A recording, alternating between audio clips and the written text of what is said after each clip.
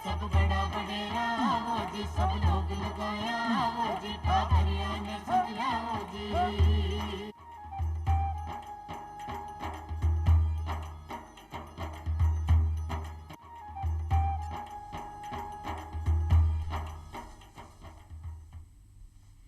चोपाल देखवाळा सगळ्या ग्रामीण भाई बहनाने राम राम सा खमा गणी सा भाई बहना जी अपनी चौपाल रे यहाँ पर रोजीना नवा नवा विषय लेर खासा महत्व जानकारी हासिल करा और हमेशा कोई न कोई इन की जानकारी अपने जीवन के मायने आप सीखाई चौपाल का माध्यम से जिसकी अपना जीवन ने उन्नत बनावे भाई बहना वही उद्देश्य लेता हुए आज की चौपाल में आज फिर आप हाजिर हाँ और आज आप बात कर वन संपदा और आत्मनिर्भर भारत की। भाई बहना आप सगला जानो कि पेड़ों को अपने जीवन में कितो महत्व है। पेड़ों को एक जो विराट समूह है बिना आप वन किया करा अपनी भारतीय सभ्यता संस्कृति वना कमाई पनपी वना कमाई ने आदि मिनक रियो और आपकी सभ्यता को संस्कृति को मानवता को विकास करो आपको जीवन संघर्ष करता भी आज की अपनी जी पीढ़ी है आ कठेऊ कटे वना से निकल रही है तो वना को अपना जीवन में कई महत्व है और वना से की प्रकार आप आत्मनिर्भर बन सका और भाई बहना एक ही जानकारियां ले अपने बीच पधारे आज शिखा गुप्ता जी। शिखा जी आपको चौपाल स्टूडियो में घणो घणो स्वागत है सर। सभी भाई बहनों को मेरा राम राम। शिखा जी एक तो आज मैं आपको आ जानकारी चाहूँ कि देखो वन तो अपने जीवन को आधार है वना के बिना क्यों को नहीं वना का मायना अपना जीवन पैदा हुआ है वना का माय ऋषि मुनि तपस्या करी है वेद पुराण ज्ञान का अपना सारा ग्रंथ वेदा का पुराण का वना का मायने लिखा गया है। आप तो ये बताओ जी कि वन आर्थिक रूप से आप अपन आत्मनिर्भर बनाने के लिए बहुत महत्व एक बिंदु है लेकिन वना को विनाश भी नहीं है वन को आप पत्तों भी नहीं तोड़ा वन की एक टहनी भी नहीं काटा और फिर भी अपना आर्थिक विकास करे तो अपरोक्ष रूप से वन अपना आर्थिक विकास में कहीं भूमिका निभावे।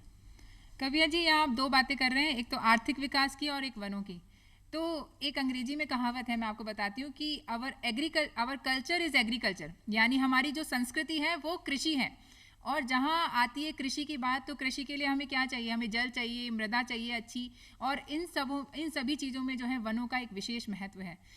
वन होंगे तभी तो वर्षा होगी और वर्षा होगी तभी जल होगा तभी मिट्टी जो हमारी मृदा है वो उर्वर होगी और हमारी जो कृषि है वो प्रफुल्लित होगी और जब तक कृषि नहीं है तो हमारी अर्थव्यवस्था कुछ भी नहीं है। अगर हम बात करें हमारी अर्थव्यवस्था की तो लगभग 17% जो है हमारी जीडीपी में कृषि का योगदान है और लगभग 60% जो जनसंख्या है भारत की लगभग 60% हम बात कर रहे हैं वो कृषि पर निर्भर है किसी न किसी प्रकार से। तो आप देख लीजिए कृषि का कितना महत्व है अर्थव्यवस्था में और कृषि के लिए सबसे ज़्यादा जरूरी क्या है वनों का होना क्योंकि वन होंगे तो वन मानसून की जो हवा है पवन है उसको आकर्षित करते हैं जो बहुत ज़्यादा वर्षा लेकर आती है और उस वर्षा से जो है हमारी मृदा है उसमें नमी आती है उससे जो हमारी नदियां हैं उनमें जल आता है और वही जल हमारे कृषि जो क्षेत्र हैं जो हमारे खेत हैं फार्म हैं उनको सिंचाई प्रदान करते हैं। अपन शिखा जी राजस्थान का संदर्भ में बात करा तो राजस्थान ने आप मोटा मोटा रूप से दो भाग में बांट सका अगुणु राजस्थान आथुणु राजस्थान पूर्वी राजस्थान पश्चिमी राजस्थान और एक मायने मानसून की बड़ी विषमता है कठिन मानसून बहुत ज्यादा है कठिन मानसून बहुत कम है तो कठिन एक मायने भी वना की भूमिका है क्या? बिल्कुल बिल्कुल अगर हम बात करें अरावली पर्वतमाला की जो राजस्थान के लगभग बीचों बीच स्थित है उसके अगर पश्चिम की बात करें तो वर्षा होती है बहुत कम वो बेसिकली पूरा रेगिस्तानी इलाका है 50 सेंटीमीटर से भी कम वर्षा औसत वर्षा होती है। और अगर हम बात करें उसके पूर्वी क्षेत्र की जिसे हम पूर्वी राजस्थान कह रहे हैं उसमें वर्षा होती है 50 सेंटीमीटर से ज़्यादा तो वहाँ पे जो है वन बहुत ज़्यादा है। क्यों? क्योंकि अगर आप देख सकते हैं पूरा इलाका अगर हम चंबल बनास ये बड़ी बड़ी नदियों की बात करें ये जिस भी क्षेत्र से बह रही हैं लगभग वन ही वन है। अगर हम बात करें बड़े बड़े राष्ट्रीय उद्यानों की और इनकी बात कर लें तो रणथंभौर है अगर आप थोड़ा अलवर की तरफ चले जाएं तो सरिस्का है चित्तौड़गढ़ डूंगरपुर बांसवाड़ा यहाँ तक की जो बड़ी नदियाँ निकल रही है मध्य प्रदेश ये पूरा इलाका जो है यही वनीय क्षेत्र है। और वहीं हम पश्चिमी राजस्थान की बात करें तो वनों का लगभग अभाव सा ही है वन है ही नहीं लगभग पश्चिमी राजस्थान में छोटे मोटे पेड़ पौधे उग जाते हैं जो कि छितरे हुए हैं। तो आप वर्षा का भी प्रभाव देख सकते हैं कि वर्षा कितनी कम हो रही है पश्चिमी राजस्थान में कि थार का मरुस्थल जो है बना हुआ है पूरे भारत का सबसे बड़ा मरुस्थल थार मरुस्थल बना हुआ है। और वहीं पूर्वी राजस्थान की बात करें तो पूर्वी राजस्थान में कृषि भी अच्छी हो रही है वन भी ज़्यादा है और सारी अर्थव्यवस्था भी जो है बहुत अच्छी है उन्नत है। यानी कि आत्मनिर्भर हुआ के लिए अर्थव्यवस्था को बहुत महत्वपूर्ण योगदान है। अर्थव्यवस्था अगर आग लगन 2 रुपया है तो अगलो आत्मनिर्भर है सीधी सी बात है। तो कठे न कठे अपन आत्मनिर्भर हुआ के लिए वनों को विकास भी करना पड़े। आप बताया कि आथुना राजस्थान का मैंने वनों को अभाव है तो आप वनों को विकास करा ताकि आपने 2 रुपए की आमदनी हुए तो वनों को विकास करवा के लिए आपका ही सुझाव दो हमारे भाई बहन। देखिए, वनों के विकास के लिए दो चीज़ों की आवश्यकता होगी मेन तो। पहला तो भूमि, तो वो हमारे पास काफ़ी मात्रा में उपलब्ध है। अगर हम पश्चिमी राजस्थान की बात करें तो लगभग रेगिस्तानी इलाका है, तो खाली भूमि तो बहुत सारी उपलब्ध है। तो उनमें अगर हम ऐसे पौधे लगाएं जो राजस्थान की जलवायु में पनप सकते हैं, अच्छे पनप सकते हैं, जैसे खेजड़ी हो गया, बबूल हो गया, नीम हो गया, ये सारे जो पेड़ पौधे हैं, आपके पलाश हो गया जिसमें उगता है, या कई कई सारे औषधि वाले वृक्ष हैं, जैसे अर्जुन हो गया जिसकी छाल बहुत ही औषधीय गुण रखती है।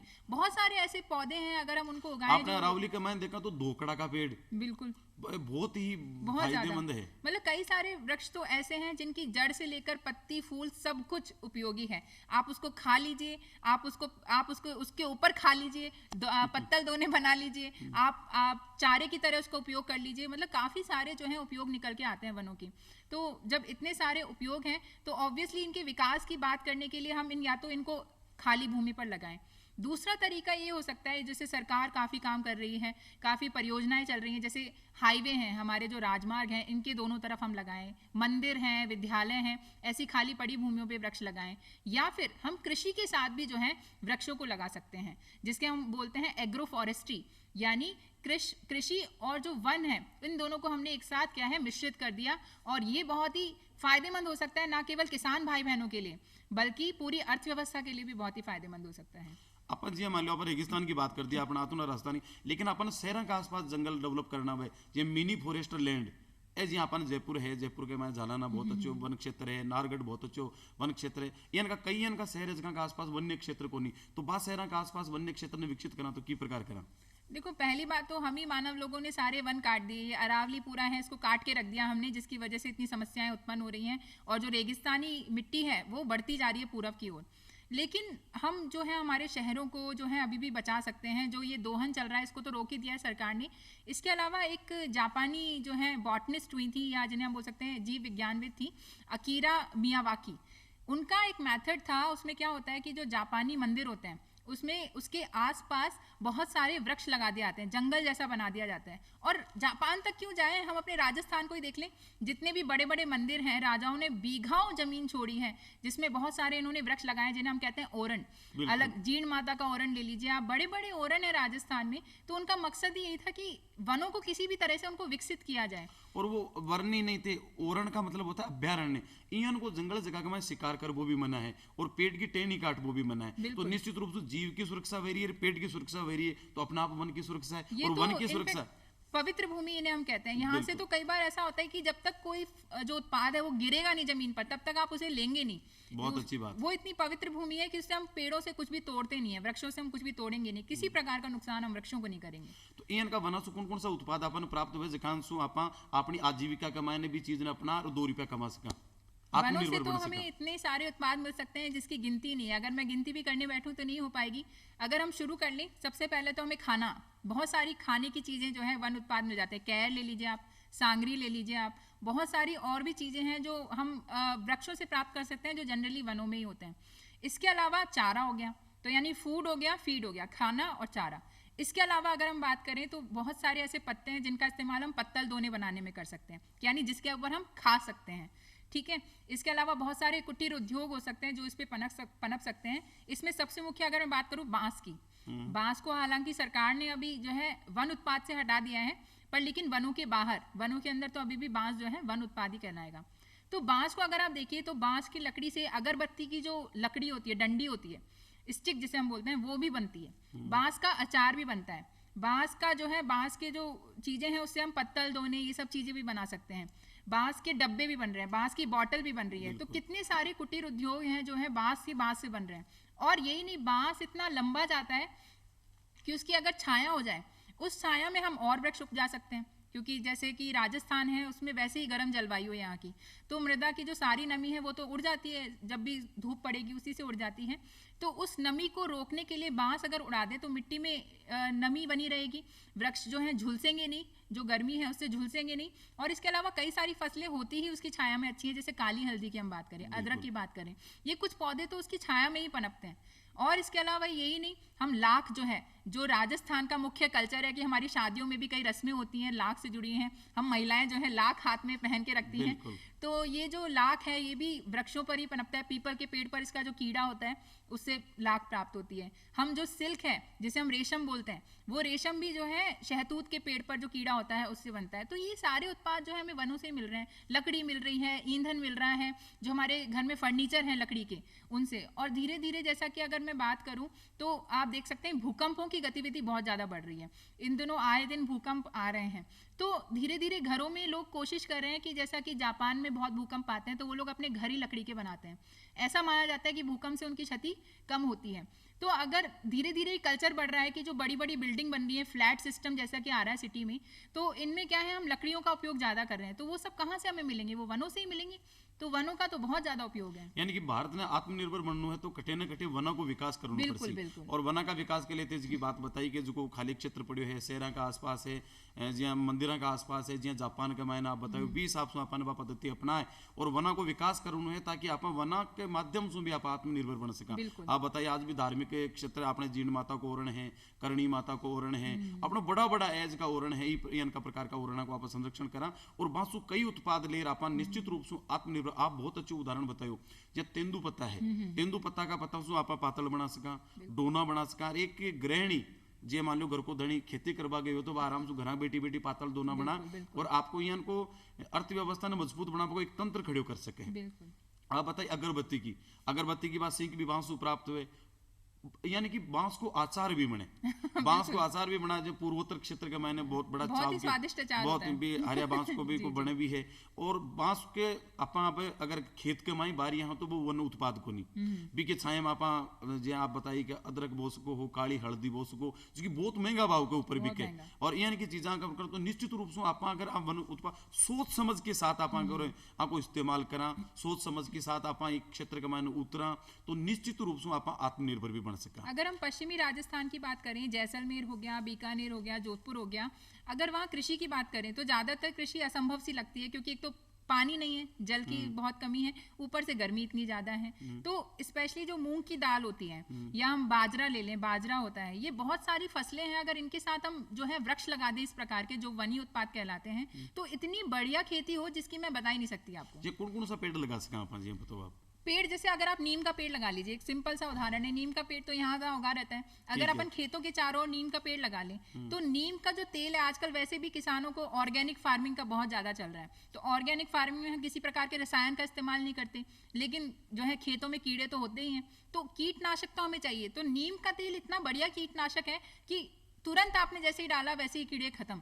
तो अगर नीम का पेड़ ही लगा दे तो छाया की छाया, नीम का नीम, और इन सारे कीड़े भी मर गए, फसल भी बहुत बढ़िया। पतझड़ के मायने भी का पत्ता जड़सी पेड़ का तो भी खेत में ही जड़सी, खेत में तो वो एक तरीका को वो कीटनाशक को काम करसी। आप भी कबान कल्टी चलाई, हल चलायो, प्लाऊ चलाया तो बेबी का मैंने रल मिल रहा भी का कीटाणु जगह मैंने नष्ट कर दे, तो अपनी जमीन की उर्वरक क्षमता भी बढ़ा सके। तो भाई बहना बहुत अच्छी बात बताइए शिखा जी कि आप नीम का पेड़ अपना खेता का, क्योंकि बिन कम पानी के मायने और कम सुरक्षा में, क्योंकि नीम एक कड़ुओ पेड़ है, हाँ। तो जंगली जानवर है, जिनावर है, ये भी बिन कौन खाए, तो आपा आम का आम और गुठलियां का दाम तो आपा कैसे का नीम का नीम और फायदा का फायदा, ये प्रकार से आप कर सकते। एक बात आप अगर जी आप बताइए कि 17% जीडीपी कृषि पर आधारित है, तो भारत को एक जो बड़ो तबको है वो रोजगार के लिए उद्योगों पर आश्रित है। बिल्कुल। तो आप वन संपदा से की प्रकार उद्योगों को विकास कर सका हाँ कि उद्योगों को विकास हुए, लोगों को रोजगार मिले तो आत्मनिर्भर हुए। तो उद्योगों का विकास के में वन संपदा की कई भूमिका है।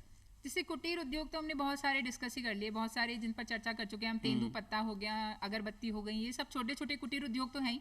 बड़े बड़े उद्योगों में भी अगर हम बात करें तो जैसे हमें बड़े बड़े कंटेनर्स की जरूरत रहती है, सामान को भरना, स्टोर करना, इन सब चीज़ों के लिए भी हमें जो जरूरत पड़ती है वो लकड़ी की पड़ती है। तो वनों से प्राप्त होगी वो लकड़ी, तो उद्योगों में भी काम आएगी। जो मशीनरी बन रही है उस मशीनों में आजकल जैसे जैसे मैं बता रही हूँ आपको, भूकंप रोधी हम चीज़ों का इस्तेमाल कर रहे हैं, तो मशीनों में भी लकड़ी का इस्तेमाल बढ़ रहा है। घरों में भी आप देखेंगे आजकल कई प्रकार के जो रसोई में ही हमें हमारे काम आने वाली चीजें होती हैं, वो हम लकड़ी के लिए आते हैं कि चलो हाँ ये लकड़ी जल्दी से टूटेगी भी नहीं और नुकसान भी नहीं करेगी। जैसे धीरे धीरे लोगों के अंदर एल्यूमिनियम वगैरह का जो है खत्म हो रहा है कि एल्यूमिनियम के बर्तन इस्तेमाल आजकल करें। अदरक कूटबा की, लहसुन कूटबा की लकड़ी की आ लकड़ी रही की आ रही है, है। चकला बेलन भी लकड़ी लकड़ी का की आ है, रहा है, बिल्कुल। उखड़ मूसलज का मावा बाजरो धान कढ़ाई चमचे ये सब लकड़ी के आने लगे आजकल वो चाटू भी पाछा आएगा। जी, जी। पहले चाटू या करतो, एक लकड़ी को चमचो या करतो, जी। वह धातु का सु पहली, और वो वापस में वो ट्रेंड के मायने आएगा, वो भी अपन बनासु ही प्राप्त हो रही है। जी। एक सिक्का जी बताओ, आपने राजस्थान में एक बहुत ही गजब को फर्नीचर बनाबो को पेड़ है रोइडो।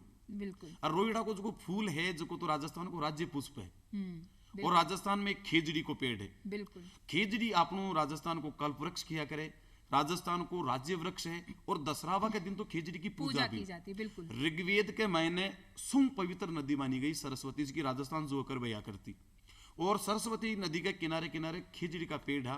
ऋग्वेद में भी के लिए एक शब्द आयो समी वृक्ष। जी। और आप बताओ कि ऋग्वेद जो मानव जाति को सबसे पुरानो लिटरेचर है, सबसे पुरानो साहित्य भी, मैं बताओ कि संसार को सबसे पवित्र कोई वृक्ष है तो वो खेजड़ी है। तो राजस्थान में अगर हम बात करें चिपको आंदोलन की ले लीजिए आप, खेजड़ी वृक्ष को बचाने के लिए कितने लोगों ने अपनी जान दी है। 363 लोगों ने बहुत ज्यादा। खेजड़ी गांव में कुर्बानी दी साहब। तो वृक्ष कितने ज्यादा महत्वपूर्ण है ये इससे हमें जाम्बो पता जी चलता है। महाराज तो आ कियो के शीश साटे रूक रहे तो भी सस्तो जान, थारो माथो कटार तो पेड़ बचा लियो, तो बहुत। क्यों कोई कोई अपन पेड़ बचा लियो तो बहुत ज्यादा प्राप्त तो कर लियो। आप एक इंडिविजुअल एक व्यक्ति है, लेकिन पेड़ कितने लोगों को जीवन दान दे रहा है, ऑक्सीजन हमें दे रहा है, खाना पीना हमें दे रहा है, हमारे लिए जल को स्टोर करके रख रहा है। तो पेड़ तो ऐसा हो रहा है कि बहुत सारी जिंदगियां बचा रहा है। जी मैं जी आप बात करिए खेजड़ी की।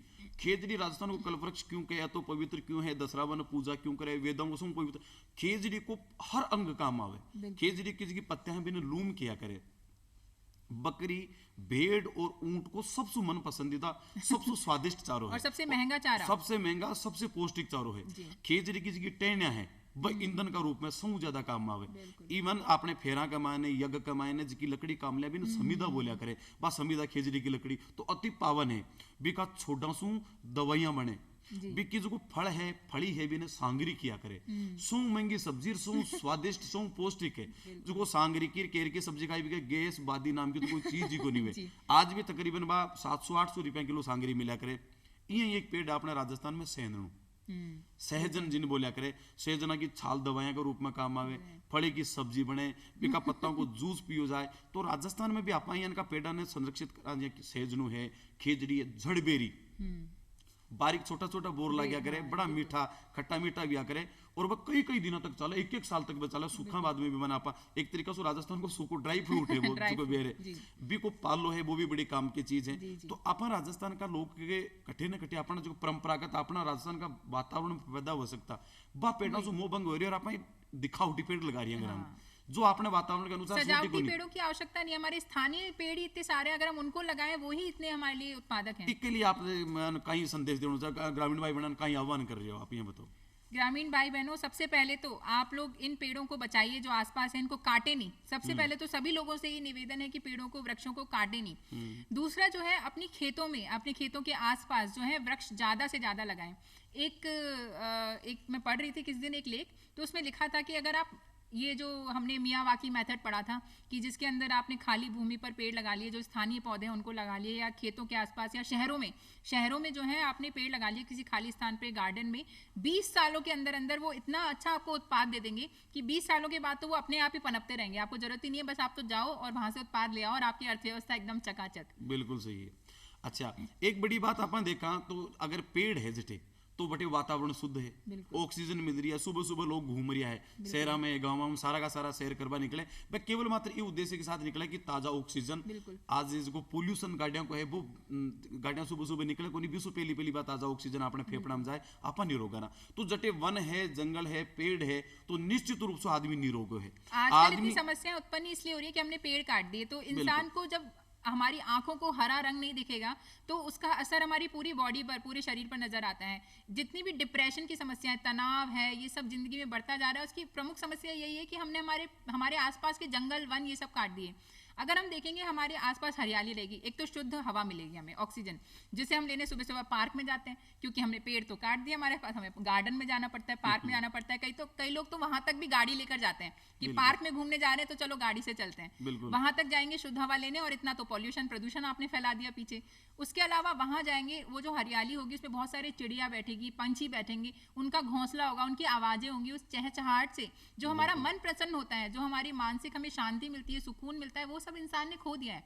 वो इसीलिए खो दिया कि हमने सब काट दिया, जो प्रकृति ने हमें दिया था, जो हमें प्राकृतिक रूप से मिला था, वो सारे संसाधन, वो सारी खुशियां तो हमने खराब कर दी। और अब हम पता नहीं कौन से संसाधनों की दौड़ में इधर उधर भाग रहे हैं कि हमारा जो असली सुकून था वो तो हम खो चुके हैं और किसी और सुकून की तलाश में भटक रहे हैं। एक महत्वपूर्ण बात और है, आजकल लोग अलार्म बरस हो गए मोबाइल के माए के सुबह 5 बजे उठने ने, पहली चौक में सोया करता, चौक में पेड़ भी करता, पेड़ पर चिड़क लिया अपना आप बोल जगा दिया करती, वो एक तरीके को अलार्म हो। बिल्कुल बिल्कुल। एक जी आप बात करना पेड़ पौधा की, वन संपदा की, अगर वन संपदा को विकास हो तो आदमी को स्वास्थ्य ठीक रहे, निरोगा रहे, आदमी निरोगा रहे तो निश्चित रूप से जो स्वास्थ्य और चिकित्सा पर खर्च वाला बजट है, वो बजट बच्ची सरकार को, और बस सरकार अन्य विकास कार्यों में लगाएगी। तो ये बता सको जो चिकित्सकीय बजट है इन्हें किस प्रकार से कम कर और मिनखान आप आत्मनिर्भर बना सका, इस प्रकार को। अगर हम जीडीपी की बात करें तो लगभग 3 से 4% जो है हम चिकित्सा पे खर्च कर देते हैं। सरकार जो है कई सारी योजनाएं सरकार को चलानी पड़ रही है, क्योंकि समस्याएं इतनी बढ़ रही हैं और इतनी गहन हो रही हैं कि समस्याएं दिन पर दिन बढ़ती जा रही हैं। तो वो जो अगर हम पैसा बचा लें, इनफैक्ट एक आम आदमी की जो जेब से पैसा लगता है, इन सब छोटी मोटी बीमारियां भी हो जाए तो आज डॉक्टर की फीस ही कितनी ज्यादा होती है, दवाइयां कितनी महंगी हैं, तो इसमें जो खर्चा हो रहा है अगर हम उसी को बचा लें तो आप, अगर हम पूरी अर्थव्यवस्था को भी ना देखें, एक छोटे से परिवार की बात कर लेते हैं, जो एक आम आदमी है जो अपना रोजी रोटी कमा के ला रहा है, अगर वो दवाइयों पे वो खर्चा कर देगा तो अपने बच्चों को पढ़ाएगा कब? तो अगर शिक्षा ही नहीं होगी तो विकास की कैसे बात करेंगे हम?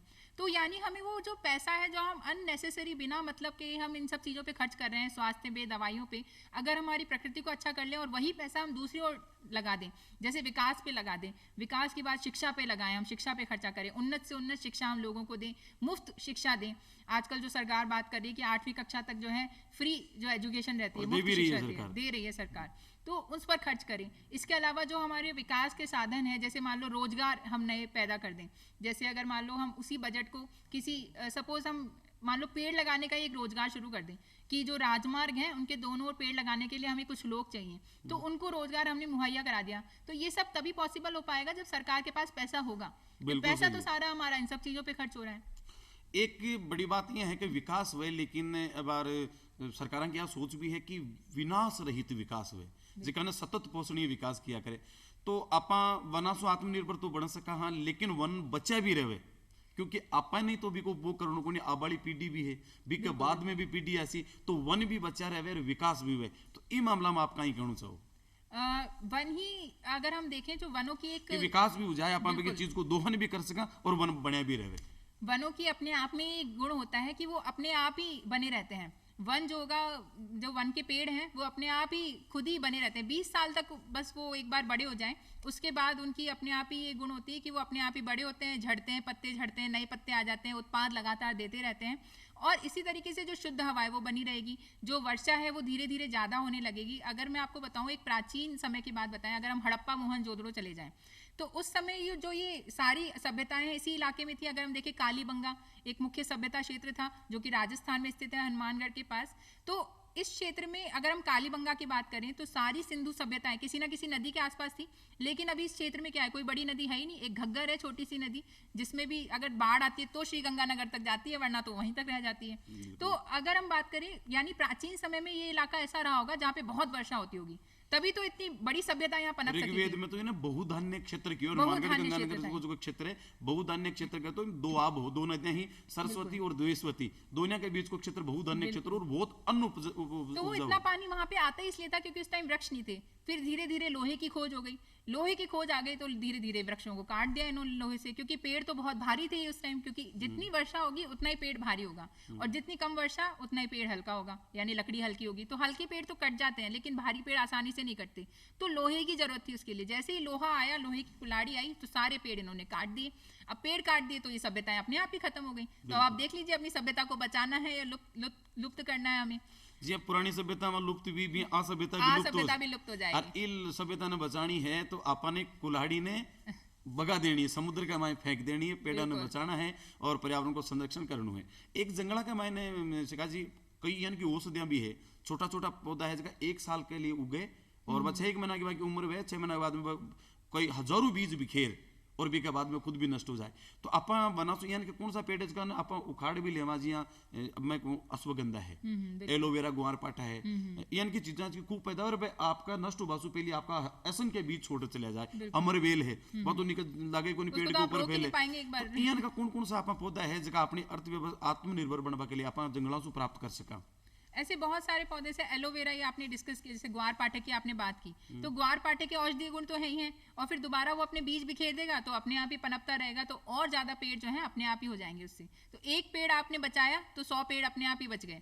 ऐसे और भी बहुत सारे औषधीय गुण रखने वाले पेड़ हैं, जैसे अर्जुन है। अर्जुन पेड़ आपको ज्यादा संभालने की जरूरत नहीं होती, वो अपने आप ही बड़ा होता है, अपनी उसकी छाल कितनी दवाई के लिए काम आती है। इसके अलावा बहुत सारे और भी बड़े बड़े रोग हैं जिनको हम जो है इन छोटे मोटे पेड़ पौधों को बचाकर ही उनका निराकरण कर सकते हैं। आजकल जैसे आप देख रहे हैं धीरे धीरे लोग एलोपैथी इन सब से दूर भाग रहे हैं और आयुर्वेद की तरफ बढ़ रहे हैं। तो आयुर्वेद जो है, अगर हम जैसे नीम की बात करें, हल्दी की बात करें, तो अमेरिका क्या कर रहा है, इनका पेटेंट लेने की कोशिश कर रहा है और हम तो कब से अपने घरों में इस्तेमाल कर रहे हैं। खांसी हो गई हल्दी का दूध पी लो, चोट लग गई हल्दी लगा लो, ये शरीर में खुजली हो गई नीम के पानी से नहा लो। तो ये सब तो हम बरसों से इस्तेमाल कर रहे हैं, हमारे पूर्वज जो है करते हैं। जी शिखा जी बहुत अच्छी जानकारी दी और अब समय की भी मर्यादाओं है, आप दर्शक भाई बहना से इजाजत ले और भाई बहना आप सगड़ा ने मैं यहाँ दाई आयो से आज को कार्यक्रम में आशा अपेक्षा राखूं और शिखा जी आप चौपाल स्टूडियो में पधारे वास्ते आपको घणो घणो धन्यवाद। भाई बहना आप चाहो आप इजाजत, धन्यवाद, नमस्कार, राम राम।